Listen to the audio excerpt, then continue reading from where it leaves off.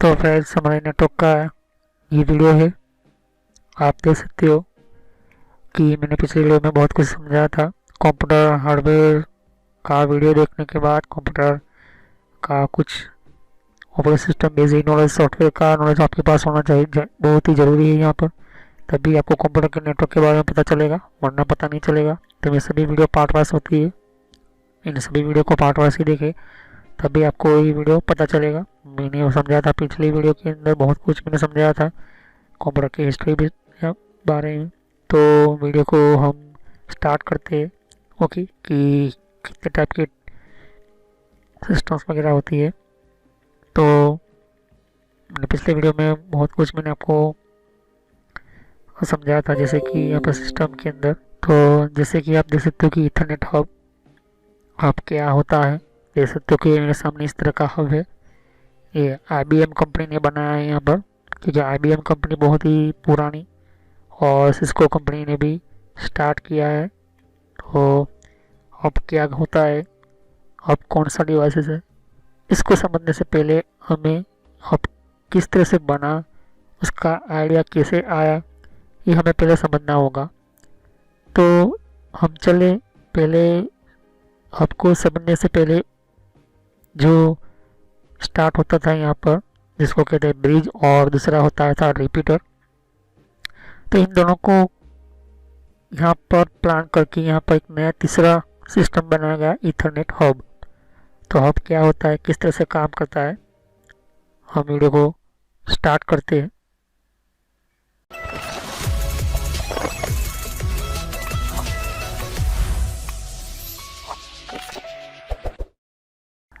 तो friends, video start करने से पहले मैं आपको बताना चाहता हूँ कि यूट्यूब पर मेरे कुछ और नए चेंजेस किए यहाँ पर मेरे चैनल के ऊपर। तो यहाँ पर आपको यहाँ आना है और यूट्यूब ओपन कर लेना है, या तो फिर आपके पास मोबाइल हो तो मोबाइल की एप्लीकेशन ओपन कर लेनी है, और फिर यहाँ पर लिखना है कंप्यूटर नॉलेज एंड ट्रेनर। तो ये जो एक मेरा नाम चेंज कर दिया है मेरे चैनल का, क्योंकि ये आपको बहुत ही अच्छी तरह से समझ में आए। तो पहले यहाँ पर देख सकते हो कि जैसे मैं ये एंटर करता हूँ नेम, तो मेरे सामने एक ये जो देख सकते हो कि सामने ये मेरा लोगो है चैनल का।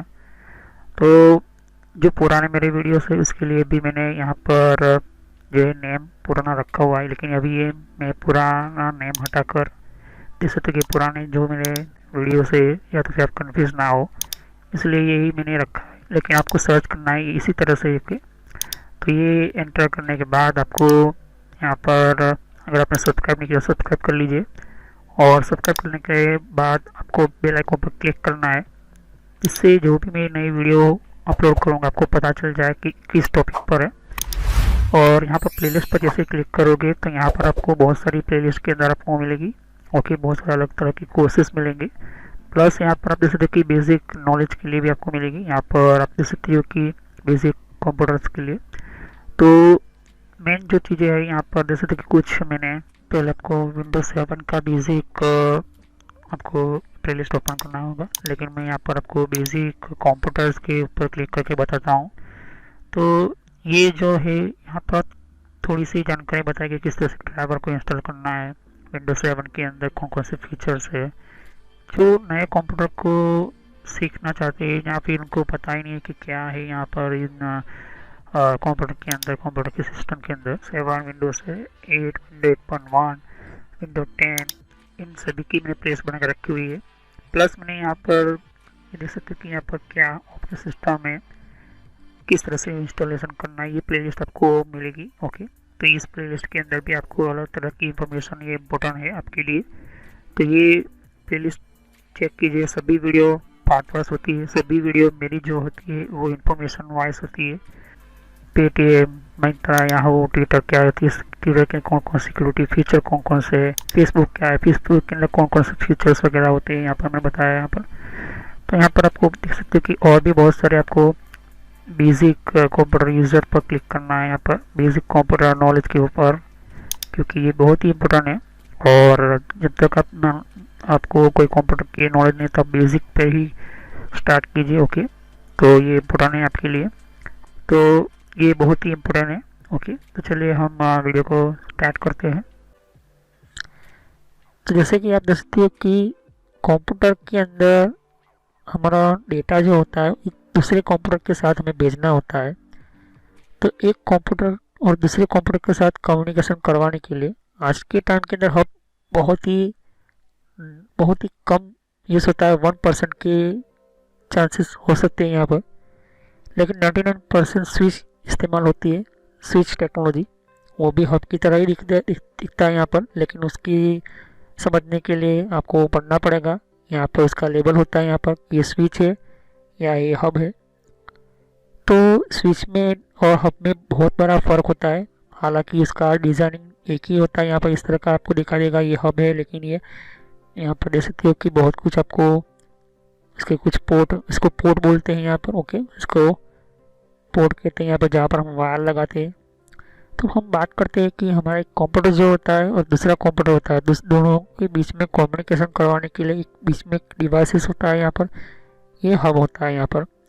तो हब जो होता है हमारे जो सिस्टम के अंदर स्टार टोपोलॉजी के ऊपर काम करता है। तो स्टार टोपोलॉजी मैंने अब समझाई थी कि स्टार टोपोलॉजी क्या होती है। स्टार टोपोलॉजी, अगर आपने टोपोलॉजी का टॉपिक पढ़ा होगा, मेरा वीडियो देखा होगा, तो अगर आपको ये स्टार टोपोलॉजी का पूरा नॉलेज होगा तो आप कंप्लीटली समझ लेंगे। लेकिन मैं अभी भी कह रहा हूँ कि मेरे सभी वीडियो पार्ट वाइज देखने के बाद ही ये वीडियो देखिए। तो ईथरनेट हब को पढ़ने से पहले हमें हब कैसे बना, दो डिवाइसेस के ऊपर से बना, पहले रिपीटर और दूसरा जो होता था यहाँ पर ब्रिज। तो क्या होता है ब्रिज, और पहले हम उसको पढ़ेंगे, उसके बाद में हम ईथरनेट हब पढ़ेंगे। जैसे कि आप देख सकते हैं कि ब्रिज, तो ब्रिज क्या होता है मैं आपको समझा देना चाहता हूँ कि ब्रिज एक ऐसा डिवाइस पुराने टाइम के अंदर था, अभी भी यूज़ होता है यहाँ पर, कि दोनों साइड के अंदर एक इस तरह का, यहाँ पर देख सकते हो कि मेरे सामने एक ब्रिज है, ये लेटेस्ट ब्रिज सिस्टम है यहाँ पर। ओके, तो पुराने टाइम में क्या होता था कि बीच में कोई वायर ब्रेक हो जाता था, या तो फिर उसको यहाँ पर बीच में से वायर खराब हो जाता था, तो उसको वहाँ से कट करके, मतलब काट कर एक पार्ट यहाँ पर और दूसरा पार्ट यहाँ से ज्वाइन करके उसको दोनों में से कनेक्शन कर देते थे।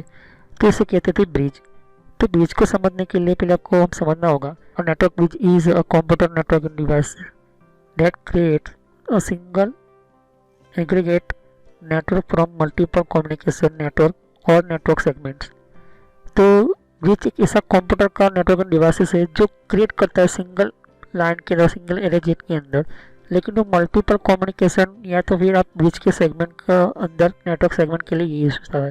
This function call it network bridging, इसको कहते हैं network bridging. Distinct from routing, तो डिस्टिंक्ट फ्रॉम राउटिंग का मतलब होता है कि जहाँ से डेटा को भेजा जा रहा है और दूसरे को डेटा लेना है, जहाँ से जो एक कंप्यूटर होता है दूसरा कंप्यूटर उस दूसरे कंप्यूटर के साथ कनेक्ट होता है, तो उन दोनों के बीच में अगर कोई कम्युनिकेशन करवाना है या तो फिर उसको इंटर करवाना, तो ब्रिज इस्तेमाल यूज़ होता था।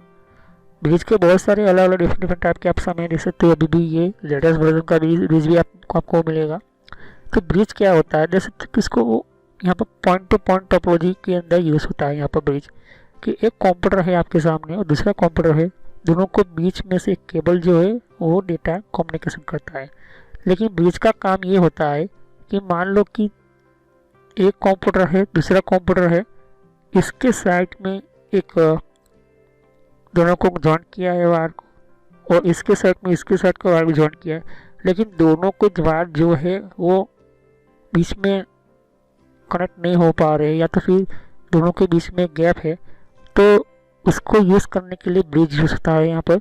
जैसे कि हमारा एक रोड का एरिया होता है और दूसरी नदी के उस पार भी एक रोड का एरिया होता है, तो उन दोनों को जोड़ने के लिए हम यूज़ करते हैं ब्रिज। हम पुल बनाते हैं, एक हम ब्रिज बनाते हैं नदी के ऊपर, तो वो दोनों आपस में जो रोड होता है वो जॉइंट हो जाता है, मीन्स वो काम करने लगता है हमारा। तो अगर आपने कहीं पर भी आपने देखा होगा कि ब्रिज क्या होता है कि हमारा एक जगह से दूसरी जगह पर जॉइंट करने का काम करता है ये ब्रिज। तो इसी सिस्टम को देखकर यहाँ पर कंप्यूटर के इंजीनियर्स ने ब्रिज सिस्टम बनाया। ब्रिज सिस्टम के अंदर दो पार्ट होते हैं यहाँ पर, एक होता है इन और एक दूसरा होता है आउट। यही दो पार्ट होते हैं यहाँ पर कि एक से वायर यहाँ से अंदर आया और दूसरा वायर उसके अंदर से निकल से इसके पास गया। तो ये कब यूज़ होता है कि जहाँ पर हमारा वायर जो होता है ख़राब हो जाता है, उसको कट करके वहाँ पर उसको फिर से बनाया जाता है और फिर एक भाग यहाँ पर एंटर किया, दूसरा भाग यहाँ पर एंटर किया जाता है। तो सिंगल यहाँ पर लिखा है सिंगल एग्रीगेट, मीन्स एक सिंगल लाइन ही है, यहाँ पर सिंगल वायर ही है, लेकिन दोनों को बीच में जॉइन करने के लिए यूज़ होता है ब्रिज। ओके, तो ये ब्रिज बहुत ही इम्पोर्टेंट सिस्टम है यहाँ पर। और network bridge is a computer networking device that creates a single aggregate networking from multiple communication network or network segment. This function called network bridging. Bridging is a distinct from routing. क्योंकि ये जो system जो है हमारा एक computer जो होता है दूसरे कंप्यूटर के सिस्टम के साथ ज्वाइन करने का काम करवाता है। दूसरा जो यहाँ पर देख सकते कि और नेटवर्क ब्रिजिंग डिवाइसेस डिवाइड और नेटवर्क इनटू सेगमेंट, मतलब जो नेटवर्क ब्रिज होता है वो डिवाइसेस है वो डिवाइड करता है दोनों नेटवर्क को जब दो भाग के अंदर, दो पार्ट के अंदर। तो each segment represent a separate collision domain. Collision domain क्या होता है कि जो हमारा ट्रैफिक जो होता है उसको सेपरेट सेगमेंट के अंदर ऐड करने के लिए, रिप्रेजेंट करने के लिए यहाँ पर डोमेन कोलिजन डोमेन में एंटर किया जाता है।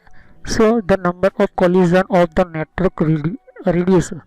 तो जो कुछ कोलिजन जो होते हैं, नेटवर्क जो होते हैं यहाँ पर, ये कोलिजन जो हमारे नेटवर्क के अंदर जो ट्रैफिक होता है वो टकराव जो होता है यहाँ पर, मतलब जो टकराव होता है डेटा के बीच के अंदर, उसको क्या करता है, कम कर देता है। मीन्स अगर आपने किसी कार के अंदर बैठकर आप कार किसी रोड पर चला रहे हो और अचानक ही आप एक सिंगल वे के ब्रिज के ऊपर चला रहे हो और आपका टकराव हो जाता है, तो क्या होता है कि वहाँ पर ट्रैफिक जाम हो जाता है।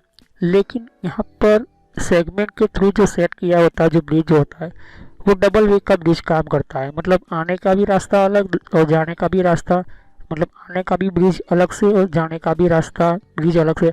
उसी तरह से यहाँ पर जो कोलिजन होता है, टकराव जो होता है यहाँ पर एक डेटा का दूसरे डेटा के साथ, तो उसको रोकने के लिए ये बहुत ही डिवाइडेड काम होता है यहाँ पर। इसलिए यहाँ पर कहते हैं यहाँ पर कि डिवाइड और नेटवर्क इनटू सेगमेंट। तो each collision domain has its own separate bandwidth.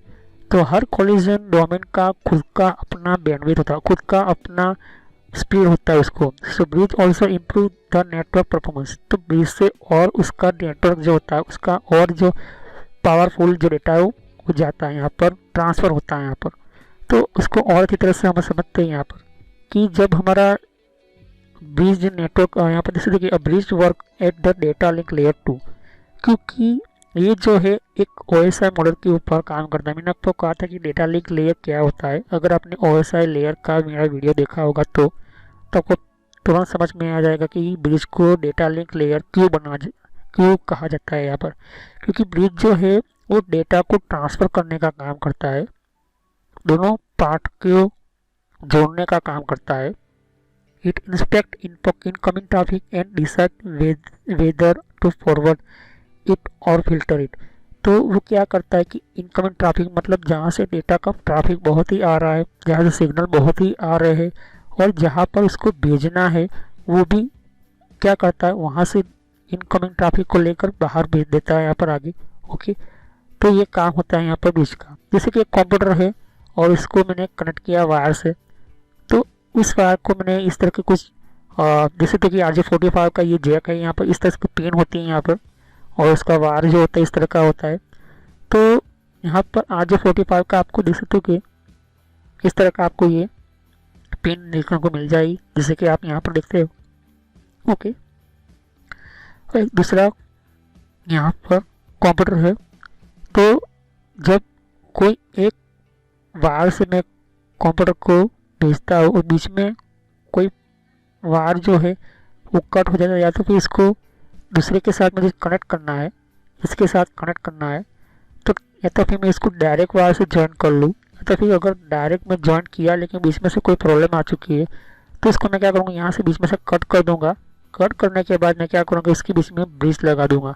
तो क्या करूँगा मैं, ब्रिज लगाने के कारण यहाँ से जो डेटा है यहाँ पर आएगा, यहाँ से फिर से वापस यहाँ पर जाएगा, फिर वहाँ से डेटा यहाँ से आएगा, फिर वहाँ से यहाँ पर डेटा वहाँ से जाएगा।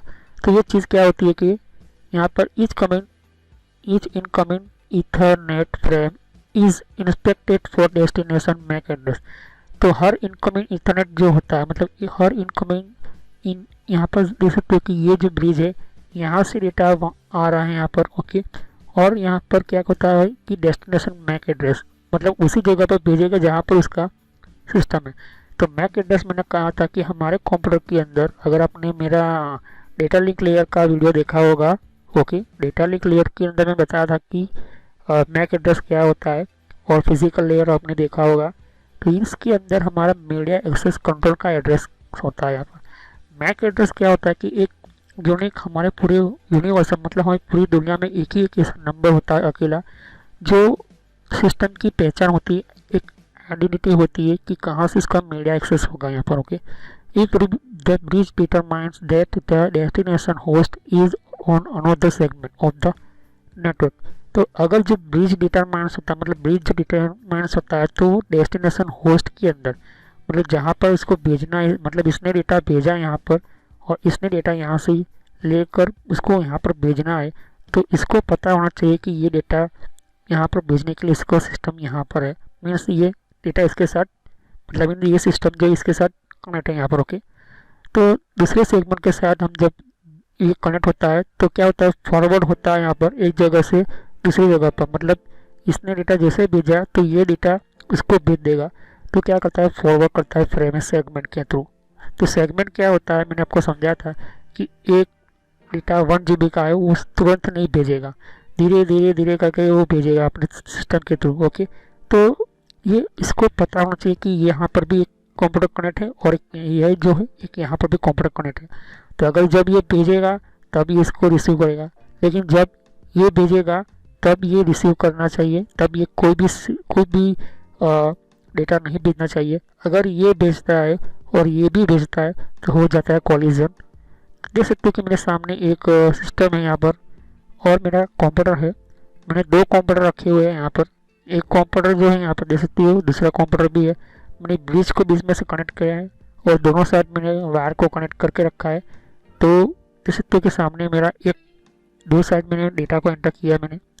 अब डेटा को एंटर करने के बाद देख सकते हो कि इसने मैं यहाँ से सिग्नल भेजा, ओके। तो ब्रिज क्या करेगा, उस सिग्नल को दूसरे सिस्टम के साथ भेज देगा, ओके। तो उसने भेज दिया, लेकिन यहाँ पर वो सिग्नल भेजने के बाद फिर वो एक एक्नॉलेजमेंट पैकेट देता है कि यहाँ पर डेटा मुझे मिल गया है यहाँ पर। तो इन दोनों का जितना भी सिग्नल होगा, चाहे वो डेटा हो या सिग्नल हो, दोनों की तरफ की इंफॉर्मेशन ये ब्रिज क्या करता है, शेयर करता है। लेकिन दोनों साइड यहाँ पर देख सकते हो कि वो अपने अंदर कनेक्शन सेटअप करता है, तब जाकर ब्रिज हमारा सिस्टम होता है। यहाँ पर कॉलिजन का मतलब क्या होता है कि जब एक कंप्यूटर का जो डेटा होता है, ये कंप्यूटर का साथ डेटा होता है, दोनों एक साथ भेजेंगे एक ही टाइम पर, तो डेटा नहीं जाएगा क्योंकि वो कॉलिजन हो जाएगा। कॉलिजन मतलब टकराव हो जाएगा, क्योंकि यहाँ पर सिंगल लाइन है, यहाँ पर एक ही वायर के साथ कनेक्ट है यहाँ पर, ओके। तो ये चीज़ें होती हैं यहाँ पर हमारे सिस्टम के अंदर। तो अगर आप ध्यान से देखोगे कि हमारे सामने एक ही ब्रिज है और ब्रिज का ये, जैसे फिर से मैं इसको सिग्नल भेजता हूँ यहाँ पर, तो क्या होता है कि अगर ये सिग्नल, जब इस तो कि ये डेटा जो है यहाँ पर भेजता है यहाँ पर, ओके। इसने पहले डेटा भेजा, फिर क्या करेगा, ये दूसरा इसको भी डेटा मिल गया, ओके। डेटा इसको मिल गया तो डेटा उसको मिल गया, फिर दूसरा उसने भेजा, ओके। कोई भी डेटा हो, फाइल हो, पिक्चर हो, फोल्डर हो, ओके, और दूसरा इसके साथ इसने भेज दिया। तो इसका मतलब क्या होता है कि दोनों के बीच का जो मेन पार्ट होता है वो ब्रिज है यहाँ पर, ओके। तो इसको यहाँ पर सिंगल लाइन होने के कारण ये ब्रिज जो है ये बहुत ही अच्छा काम करता है दोनों को पार्ट को कनेक्ट करने के। लेकिन इसके अंदर भी बहुत सारे प्रॉब्लम्स आती है, क्योंकि जैसे कि मैंने कहा कि दोनों एक ही साथ एंटर कर दिया तो प्रॉब्लम हो जाएगी, मतलब कॉलिजन हो जाएगा। दोनों को एक साथ डेटा भेजने का काम किया तो यहाँ पर टकराव हो जाएगा डेटा का, इसलिए यहाँ पर कोई एक भेजेगा तो दूसरा उसको रिसीव करेगा। सिर्फ यही काम होता है यहाँ पर ये ब्रिज का। ओके, कि एक दूसरे के साथ कम्युनिकेशन करवाने का और एक दूसरे के साथ सेटअप करवाने का। तो यहाँ पर हम ब्रिज के बाद हम पढ़ेंगे रिपीटर के बारे में। तो आपको पता चल गया होगा कि ब्रिज क्या होता है। तो ब्रिज से हमें जो हमारे बीच के अंदर जो सिस्टम जो होते हैं, या तो फिर आप डायरेक्ट एक दूसरे के साथ वायर ज्वाइन कर लो, लेकिन वायर ज्वाइन करने से अगर कोई बीच में कोई प्रॉब्लम आती है तो आपको ब्रिज कनेक्ट करना पड़ेगा। तो इसके लिए आप पूरा वायर कट करोगे या तो फिर उसको वायर बदलना पड़ेगा। इससे अच्छा कि आप ब्रिज ये एंटर कर दो। ओके, तो ये चीज़ें आज भी यूज़ होती हैं यहाँ पर। ओके, तो डिफरेंट डिफरेंट टाइप के अंदर डिफरेंट डिफरेंट सिस्टम के अंदर आपको ये चीज़ें मिल जाती हैं यहाँ पर। ओके, तो देख सकते हो कि यहाँ पर एक लैपटॉप और ये कंप्यूटर है। लैपटॉप अगर बेचता है तो कंप्यूटर को रिसीव करने पड़ेगा, लेकिन जब कंप्यूटर पर ये भेजेगा तो उसी टाइम के अंदर तो कॉलिजन हो जाएगा, मतलब टकराव हो जाएगा, मतलब दोनों के बीच में अच्छी तरह से कम्युनिकेशन नहीं हो जाएगी और डेटा लॉस हो जाएगा। तो इसीलिए कहा जाता है कि कॉलिजन, यहाँ पर मैं यहाँ पर बताया कि कॉलिजन होता है यहाँ पर। ओके, तो कॉलिजन का मेन रीज़न ही ये कि कम्युनिकेशन अच्छे से हो। और यहाँ पर कॉलिजन कब होता है? कॉलिजन कब होता है कि दोनों के कंप्यूटर एक ही टाइम के अंदर दोनों कोई फाइल भेजते हैं। जैसे कि इसने कोई मेल भेजा है या तो फिर इसने कोई पिक्चर या कोई फाइल भेजी है इसको, और उसी टाइम के अंदर इसने भी इसको भेजी है, तो यहाँ पर दोनों का डेटा का टकराव हो जाएगा, मतलब डेटा लॉस हो जाएंगे। ओके, फिर से इसको कहना होगा कि 2 मिनट रुको, तो 2 मिनट के अंदर इसको डेटा इसको यहाँ पर भेजना होगा। फिर ये रिसीव करने के बाद फिर इसको इस तरह से भेजेगा।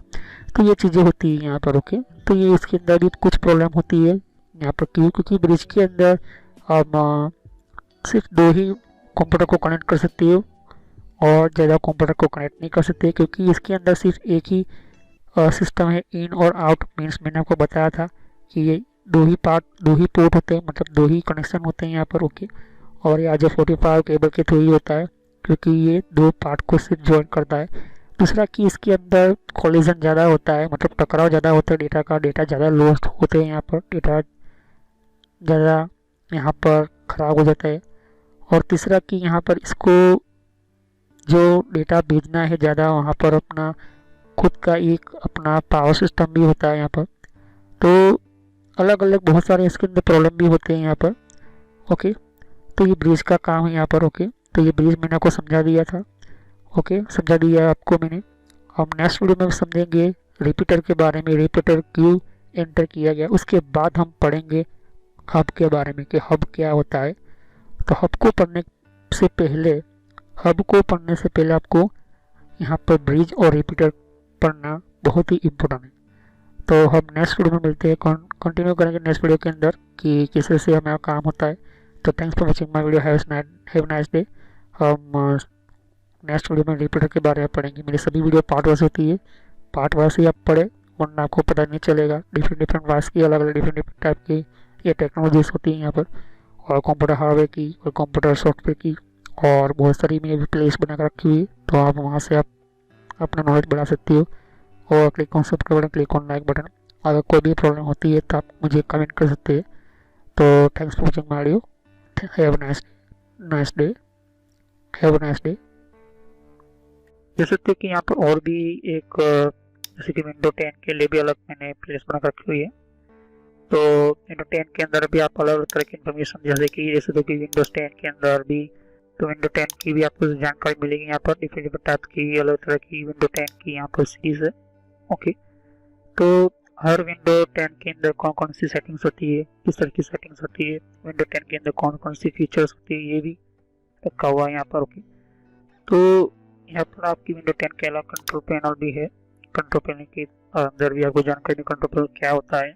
ओके, और आप जैसे कि कंप्यूटर हार्डवेयर का कोर्स आपको ये इम्पोर्टेंट है, ये अभी सीखिए। और कंप्यूटर नेटवर्क का भी मैं कोर्स कंटिन्यू कर रहा हूँ यहाँ पर। ओके, तो जहाँ पर आपकी जिस फील्ड के अंदर आपको इन्फॉर्मेशन चाहिए, साथ ही मैंने जीमेल किस तरह से बनाना, जीमेल क्या है, Gmail port forwarding, Gmail system, Gmail ID के अंदर क्लोनिंग किस तरह से करी जाती है, यहाँ पर जीमेल के अंदर किस तरह से हम लेबल क्रिएट करते हैं, यहाँ पर ये भी सिखाया मैंने यहाँ पर। ओके, तो आगे जाके आप देख सकते हो कि और भी बहुत सारे यहाँ पर वीडियोस है विंडोज 10 के यहाँ पर। ओके, तो मैंने पेटीएम, मिंत्रा, याहू, ट्विटर क्या होती है, ट्विटर के कौन कौन सिक्योरिटी फीचर कौन कौन से, फेसबुक क्या है, फेसबुक के अंदर कौन कौन से फीचर्स वगैरह होते हैं यहाँ पर मैंने बताया यहाँ पर।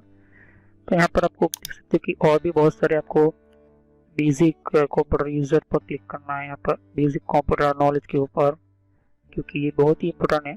और जब तक अपना आपको कोई कंप्यूटर की नॉलेज नहीं तो आप बेसिक पे ही स्टार्ट कीजिए। ओके, तो ये इम्पोर्टेंट है आपके लिए। और कुछ में फ्रॉड कॉल वगैरह होते हैं, कुछ वेबसाइट, कुछ कमांड के अंदर क्या करना है, कब फायरवॉल किस तरह से यूज़ करना है, ये भी मैं बताया यहाँ पर। तो मैं आगे नेक्स्ट लेवल पर बताऊंगा। ओके, एंड्रॉइड का भी मैंने समझाया, एंड्रॉइड मोबाइल फ़ोन के अंदर क्या होती है किस तरह से। तो वीडियो पर जैसे क्लिक कर तो बहुत सारा कुछ वीडियोस मिलेंगी, लेकिन मैं कहूँगा कि आप प्ले लिस्ट में जाकर ही हर तरह के यहाँ पर वीडियोस को कंटिन्यू करें। ओके, तो सभी वीडियोस जो होती है पार्ट वाइज होती है। ओके, तो हर पार्ट के अंदर आपको अलग तरह की नॉलेज मिलेगी। ओके, और कोई भी क्वेश्चन होता है आप मुझे कर सकते हो। अभी ये जो मेरा नेम है वो पुराना नेम है क्योंकि मैंने रखा हुआ है, लेकिन जो रियल नेम है आपको इस तरह से सर्च करना है यूट्यूब की प्लेलिस्ट के अंदर, आपके मोबाइल के अंदर, और आपके कंप्यूटर के अंदर भी आप यूट्यूब चलाते हो तो इस तरह से आपको कंप्यूटर नॉलेज ट्रेनर यही नाम एंटर करना है। लेकिन मैं पुराना नाम इसलिए रखा हुआ है क्योंकि आपको पता चले कि ये दोनों चैनल एक ही है मेरी। ओके, तो thanks for watching my video. Have nice day. Next time I will continue new topic, मैं नए कंप्यूटर में कंटिन्यू करूँगा। ओके, तो थैंक यू।